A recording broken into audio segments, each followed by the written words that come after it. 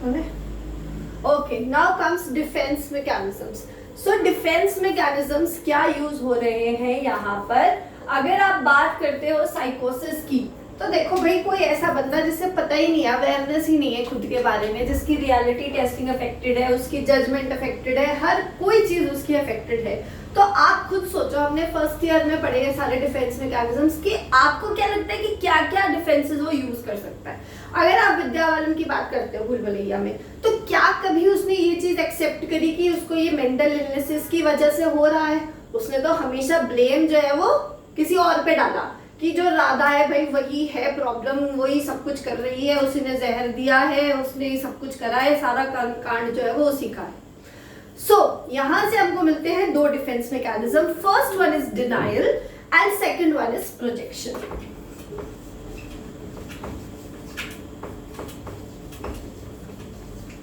ठीक है, we are talking about साइकोसिस हियर। तो साइकोसिस में हम लोग ने एग्जांपल लिया है विद्या बालन का, ठीक है। सो बच्चे, साइकोसिस में क्या है? The first defence mechanism used is denial and the second one is projection. Denial का मतलब है एक्सेप्टेंस ही नहीं है, ठीक है, वो डिनाई कर रहा है, मान ही नहीं रहा है कि मेरे को कोई प्रॉब्लम है, ठीक है। And second one is projection. Projection का मतलब है ब्लेम कर रहा है वो किसी और के ऊपर, like Vidya Balan used to blame all the things, all the mishappenings or all the situations occurring या mishappenings occurring onto Amisha Patel, तो वो सारा क्या करती थी? ब्लेम कर देती थी उनके ऊपर। So denial and projection। Now इसके अलावा और क्या हो सकता है? If not just talking about भूल भुलैया, चलो भूल भुलैया से थोड़ा बाहर आओ, तो आप कोई ऐसा कंडीशन सोचो कि भाई कोई एक आदमी है, ठीक है, वो गया मार्केट में, ठीक है। अब मार्केट में जो है उसको एक फुल ग्रोन अप आदमी, मेरे जैसा एक ग्रोन अप इंसान है, वो गया मार्केट में, मैं गई अपने हस्बैंड के साथ मार्केट में, मेरे हस्बैंड जो है वो मेरे को मेरे पसंद का शॉपिंग नहीं करा रहे हैं। नाउ अगर मेरे को साइकोसिस है या अगर मैं साइकोसिस से सफर कर रही हूँ, तो क्या क्या चीजें मैं कर सकती हूँ? क्या क्या डिफेंस मैकेनिज्म आपको लगता है कि मैं शो कर सकती हूँ?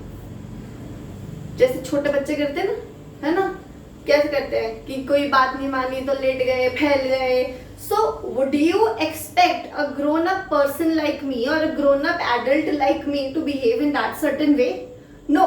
But if I am doing, ठीक है, और मैं अगर वो चीज कर रही हूँ, अगर मैं चाइल्ड लाइक बिहेवियर शो कर रही हूँ, and that is not just कि सिर्फ एक बार, I am quite used to doing that और quite used to projecting that child like behaviour, तो क्या वो डिफेंस मैकेनिज्म हो सकता है? That defence mechanism is your regression.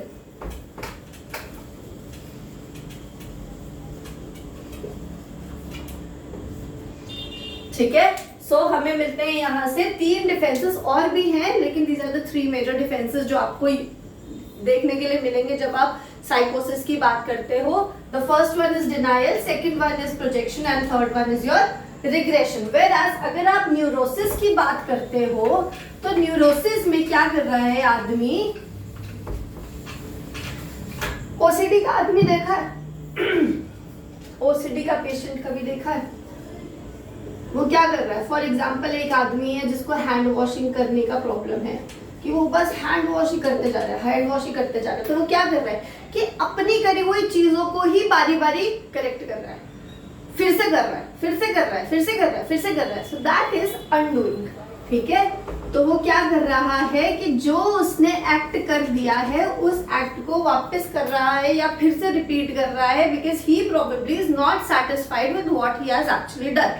So undoing कर रहा है। Second one is your conversion.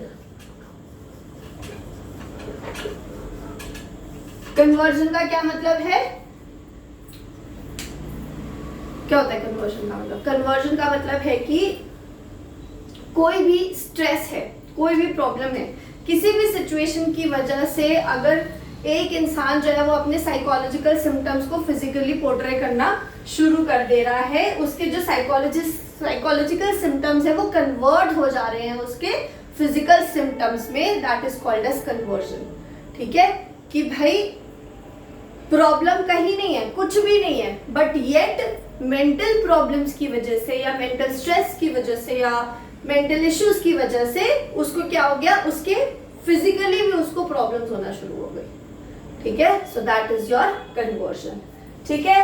Then last term is your prognosis. Prognosis देखो भाई, कोई ऐसा बंदा जो कि बहुत ही सीरियस प्रॉब्लम से सफर कर रहा है तो उसका प्रोग्नोसिस कैसा होगा। प्रोग्नोसिस का मतलब है कि उसका आउटकम कैसा होगा। सो द आउटकम हेयर, अगर साइकोसिस की बात कर रहे हो क्योंकि ये सीरियस कंडीशन है, ज्यादा सीवियर प्रॉब्लम है, तो यहाँ पर जो प्रोग्नोसिस है it is not usually very good. And अगर सही होता भी है then there is a lot of chances of relapse और रीअकरेंस, कि फिर से होने के चांसेस जो है वो बहुत हाई हो जाते हैं। Whereas it comes to neurosis, तो यहाँ पर जो है प्रोग्नोसिस इज गुड और रिलैप्स के चांसेस भी यहाँ पर कम है, ठीक है।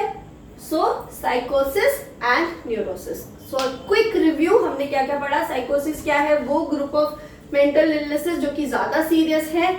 Neurosis group of mental illnesses जो कि कम सिवियर है। साइकोलॉजिस्ट बहुत सारे इसको एक प्रॉब्लम मानते भी नहीं है, वो तो सिर्फ इसको एक पर्सनालिटी का एक पैटर्न कंसिडर कर रहे हैं।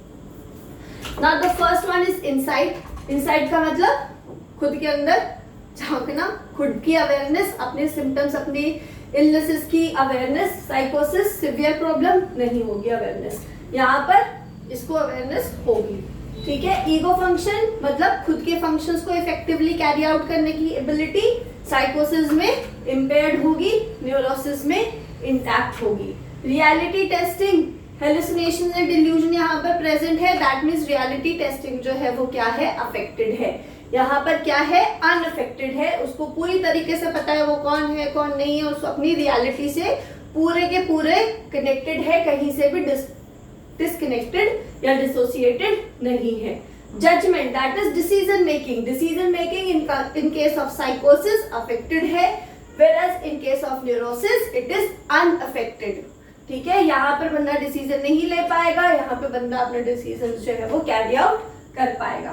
कॉजेस, क्योंकि ये सीरियस है तो यहाँ पे फंक्शनल और ऑर्गेनिक कॉजेस दोनों ही रिस्पॉन्सिबल है। whereas when it comes to neurosis में सिर्फ और सिर्फ फंक्शनल कॉजेस, जिसको हम बोल रहे हैं अननोन कॉजेस और साइकोलॉजिकल कॉजेस, वही रीजन है इन प्रॉब्लम्स के अकरेंस का। Then defences. डिफेंसेस में हम लोगों ने साइकोसिस में पढ़ा था denial, projection and regression. And यहाँ पर हमने पढ़ा था कन्वर्जन, अनडूइंग एंड रैशनलाइजेशन, मतलब रीजंस देना, एक्सप्लेनेशंस देना, रीजंस देना, एक्सक्यूजेस देना for their problems because of the stress, ठीक है। Then comes your prognosis. Prognosis में क्या है, prognosis when it comes to साइकोसिस सीरियस इश्यूज है, इस वजह से प्रोग्नोसिस जो है वो इसका अच्छा नहीं है, दैट मींस आउटकम जो है वो बहुत अच्छा नहीं है। And even though if the prognosis is there, अगर वो पेशेंट जो है सही हो भी जाता है, then the chances of relapse are highly there. And neurosis में प्रोग्नोसिस इज क्वाइट गुड, ठीक है, और रिलैप्स के चांसेस भी यहाँ पर कम है। नाउ एक चीज और, द लास्ट थिंग,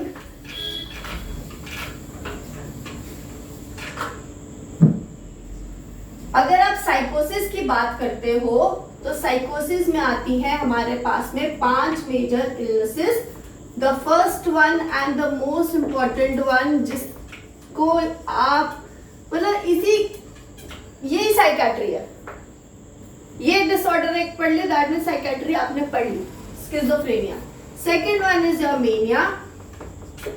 देन इसका मतलब ये नहीं है कि सिर्फ स्किज़ोफ्रेनिया पढ़ के गए पेपर में कि मैडम ने तो कही थी कि स्किज़ोफ्रेनिया पढ़ लिया और साइकेट्री खत्म, नहीं, मतलब कि स्किज़ोफ्रेनिया जो है वो सबसे ज्यादा सिवियर और सबसे ज्यादा सीरियस प्रॉब्लम है साइकेट्री की, ठीक है। सो इसलिए मैंने ये कहा कि ये पढ़ लिया तो सब पढ़ लिया। Then is mania, then is depression,